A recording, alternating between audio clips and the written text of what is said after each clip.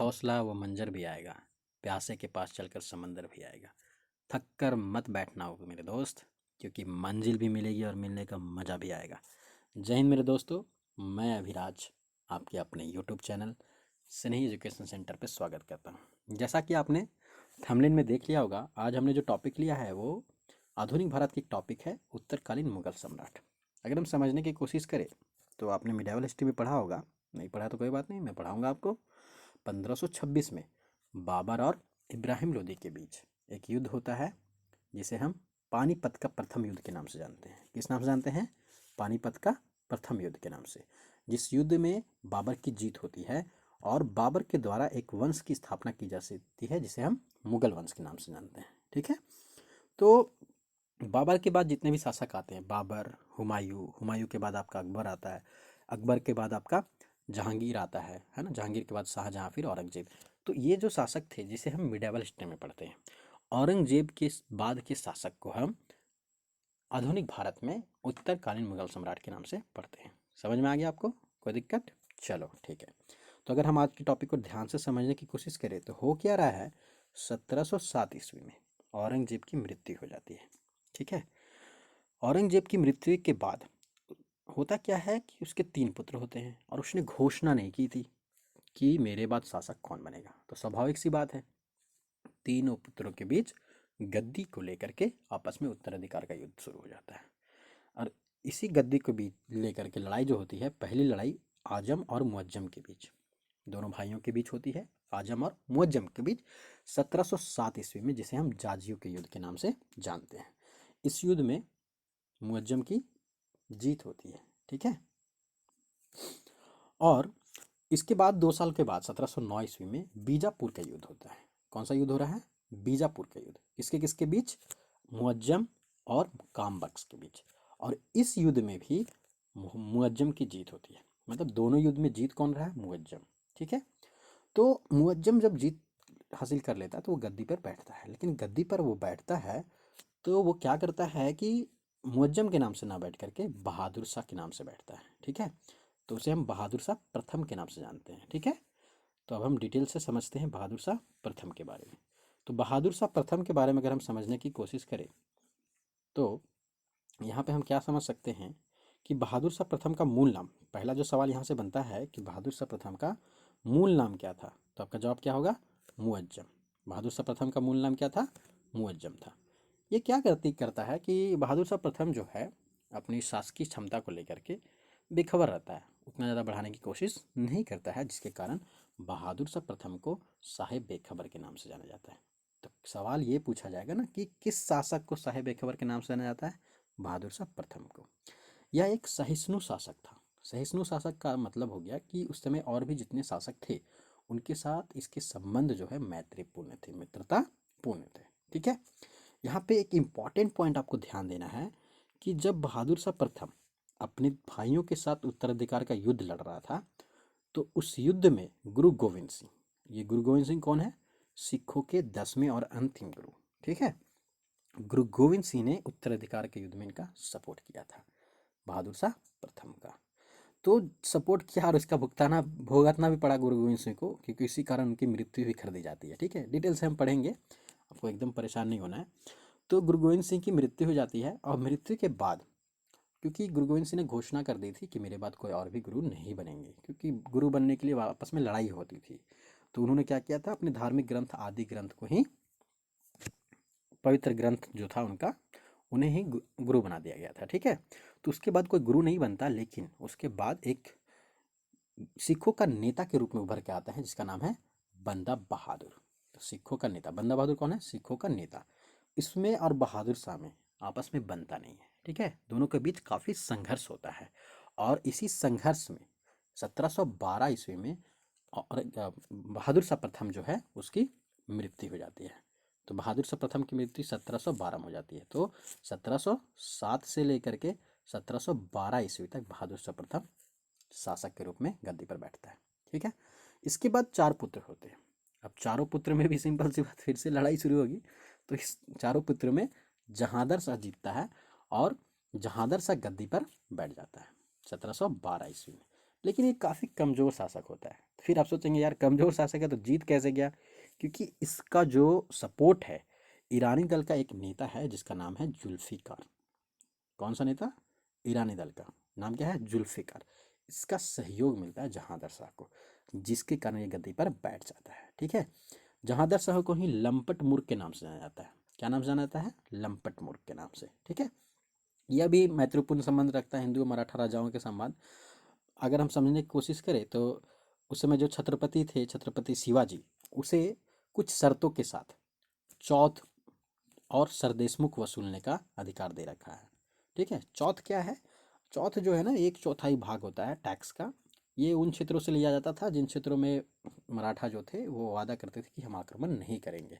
और सरदेशमुख जो था वो 10% होता था। हम डिटेल से समझेंगे जब मराठा के बारे में आपको पढ़ाऊंगा तो आपको बताऊंगा। ठीक है, तो इसने साहू को चौथ और सरदेशमुख को वसूलने का अधिकार दे रखा था, मतलब एक मैत्रीपूर्ण संबंध है। ठीक है, इसने एक व्यवस्था शुरू की थी, इजारा व्यवस्था।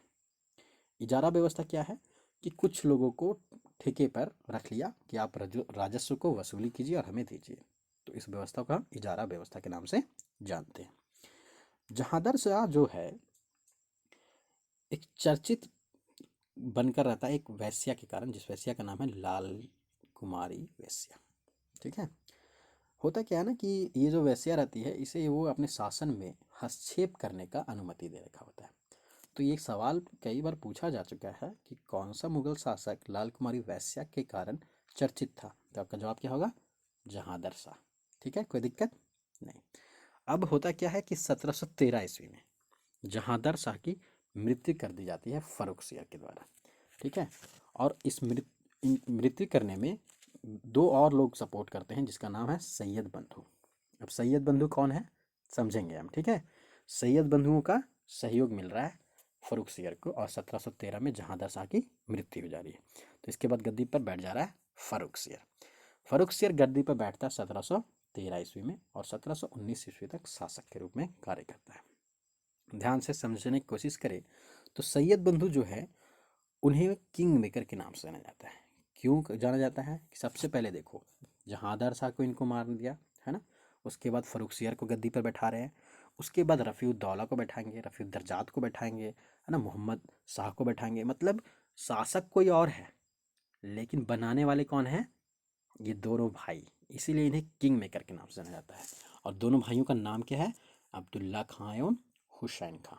तो यहाँ से ध्यान रखना है आपको कि सैयद बंधु का नाम क्या था? अब्दुल्ला खां और हुसैन खां। ठीक है, 1716 ईस्वी में देखो, सिख नेता जिसने बंदा बहादुर ने बहादुर शाह प्रथम को परेशान न करके रखा था, उसको ये हत्या करवा देता है, फांसी की सजा सुना देता है फर्रुखसियर।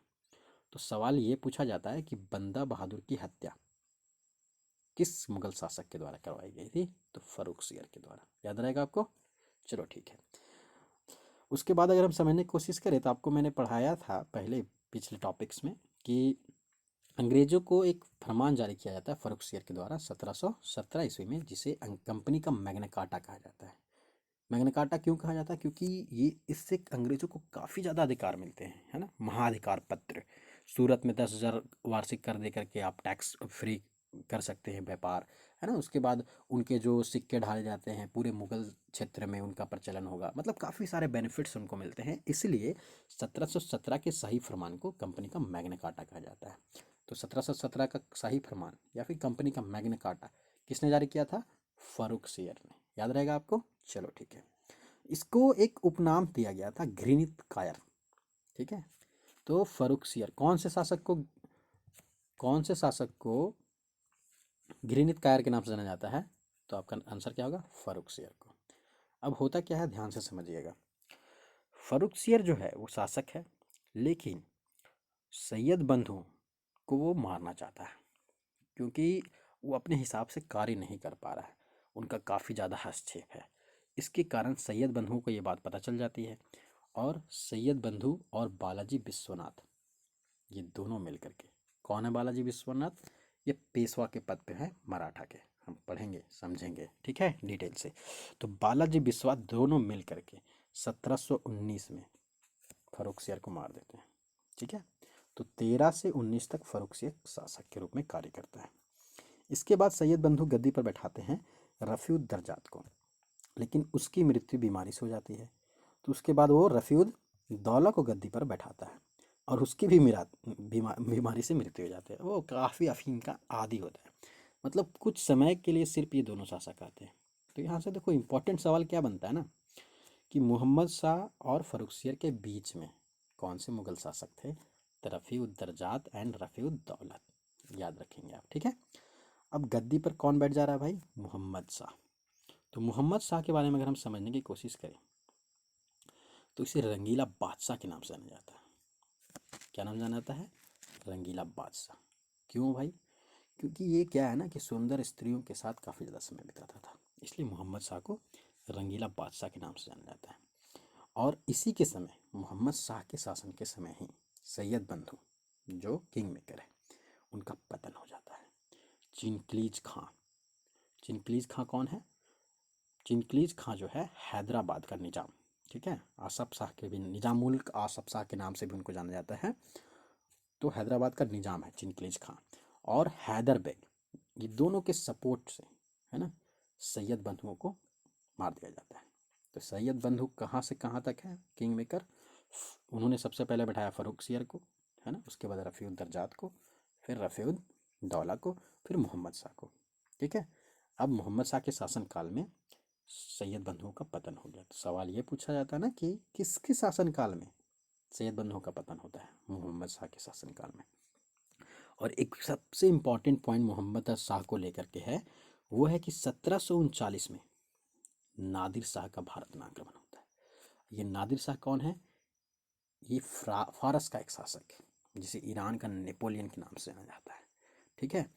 ये नादिर शाह जो है ये आक्रमण जब करता है तो काफ़ी ज़्यादा नुकसान होता है भारत को। क्या होता है भाई? 70 करोड़ लगभग रुपए और तख्ते हौस, जिसे मयूर सिंहासन, मुगलों की जो गद्दी थी उसे मयूर सिंहासन के नाम से जाना जाता था, है ना, राज्य गद्दी सिंहासन। तो मयूर सिंहासन बोलो या तख्ते हौस बोलो, उसे लेकर के ये चला जाता नादिर शाह ईरान, ठीक है। और कोहिनूर हीरा जो गोलकुंडा की खानों से निकला, उसे लेकर के नादिर शाह चला जाता है। समझेंगे हम कोहिनूर हीरा की पूरी कहानी। अभी देखो नादिर शाह जा रहा है, फिर आएगा महाराजा रंजीत सिंह के समय भारत आएगा। उसके बाद अभी तो आपको पता है कि ब्रिटेन की महारानी के मुकुट में है, खैर ठीक है, कोई बात नहीं। तो समझ में आ रहा है आपको? तो नादिर शाह का आक्रमण किसके शासनकाल में हो रहा है? मोहम्मद शाह के शासनकाल में 1739 ईस्वी में। कोई दिक्कत नहीं। तो 1719 से 48 तक मोहम्मद शाह शासक रहते हैं। इसके बाद 1748 में इसकी मृत्यु हो जाती है और उसके बाद एक शासक बनता है अहमद शाह 1748 में। इससे बस एक इम्पॉर्टेंट पॉइंट पूछा जाता है बार बार एग्जाम में, वो क्या है कि अहमद शाह जो है उसी के शासनकाल में अफगान का एक शासक है अहमद शाह अब्दाली, ठीक है। यह वही अहमद शाह अब्दाली है जिसने पानीपत की तीसरी लड़ाई, जिसके बीच अहमद शाह अब्दाली और मराठों के बीच होती है, ये वही अहमद शाह अब्दाली है। तो इसने पहला आक्रमण भारत पे 1748 ईस्वी में किया था। तो सवाल ये पूछा जाएगा ना कि अहमद शाह अब्दाली किसके शासनकाल में भारत में पहला आक्रमण किया था? तो अहमद शाह के शासनकाल। दोनों का नाम सेम है, याद रहेगा आपको, ठीक है। इसके बाद शासक आता है 1754 में आलमगीर सेकेंड। और इससे एक इम्पॉर्टेंट पॉइंट, बहुत ही ज़्यादा important, very very important point है कि प्लासी का युद्ध जब हो रहा है, किसके किसके बीच होता है? याद है आपको? याद होगा। सिराजुद्दौला और अंग्रेज़ों की तरफ से कौन लड़ रहा है? Robert Clive. ये दोनों के बीच होता है प्लासी का युद्ध, जिस युद्ध में किसकी जीत होती है? हाँ, आपको याद है तब, ठीक है। तो उस युद्ध में रॉबर्ट क्लाइव की जीत होती है। तो सवाल ये पूछा जाता है कि प्लासी के युद्ध के समय मुगल बादशाह कौन था? आलमगीर सेकेंड, ठीक है। प्लासी का युद्ध कब हुआ था? आप कमेंट करके बताएंगे, ठीक है। इसके बाद शासक आता है 1758 ईस्वी में शाहजहाँ थर्ड, और उसी समय गद्दी पर बैठ जाता है शाह आलम सेकेंड। मतलब एक ही समय में दो शासक आते हैं, ठीक है, Shah Alam second and Shahjahan third.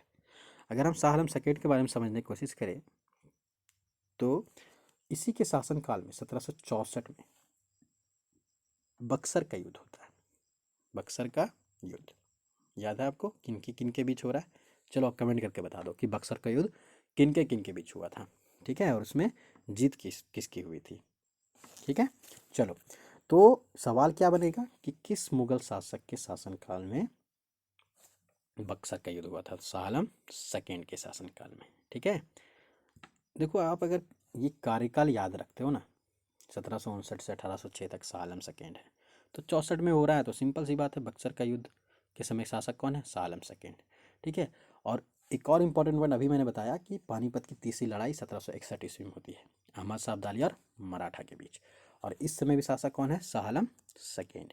और 1765 में एक संधि होती है, इलाहाबाद की संधि, जो संधि अंग्रेज़ों के लिए बहुत ही महत्वपूर्ण संधि होती है, क्योंकि इसी संधि के तहत अंग्रेज़ों को बिहार, बंगाल और उड़ीसा में दीवानी है ना, मतलब राजस्व करने वसूल करने का अधिकार मिलता है। किसे, अंग्रेज़ों को। कहाँ का, बंगाल, बिहार और उड़ीसा का, 1765 ईस्वी में। तो 1765 का इलाहाबाद की संधि किसके किसके बीच हुई थी, शाह आलम सेकेंड और क्लाइव के बीच होती, याद रहेगा आपको। चलो ठीक है, तो इसके बाद शासक आ जाता है अकबर सेकेंड, और अकबर सेकेंड से बस एक ही इंपॉर्टेंट पॉइंट ध्यान रखना है, ये जो है उस समय अंग्रेज जो है शक्तिशाली हो जाते हैं, क्योंकि 1764 में वो बक्सर को, बंगाल को मतलब जीत लेते हैं, तो बस नामात्र का रहता है, तो अंग्रेज़ों के संरक्षण में ही इसे बादशाह बना दिया जाता है, क्योंकि अंग्रेज़ अभी बादशाह नहीं बनना चाह रहे हैं, है ना, क्योंकि अभी वो उतने ज़्यादा शक्तिशाली नहीं है इसके कारण। ठीक है, तो यहाँ पे सवाल क्या पूछा जाता है कि राजा राम मोहन राय, जिसे भारत का अग्रदूत कहा जाता है, आधुनिक भारत का पिता, सती प्रथा की जिसने 1829 में समाप्त करने में बहुत बड़ा योगदान दिया था। ठीक है, तो राजा राम मोहन राय को राजा की उपाधि देने वाला कौन शासक है, अकबर सेकेंड।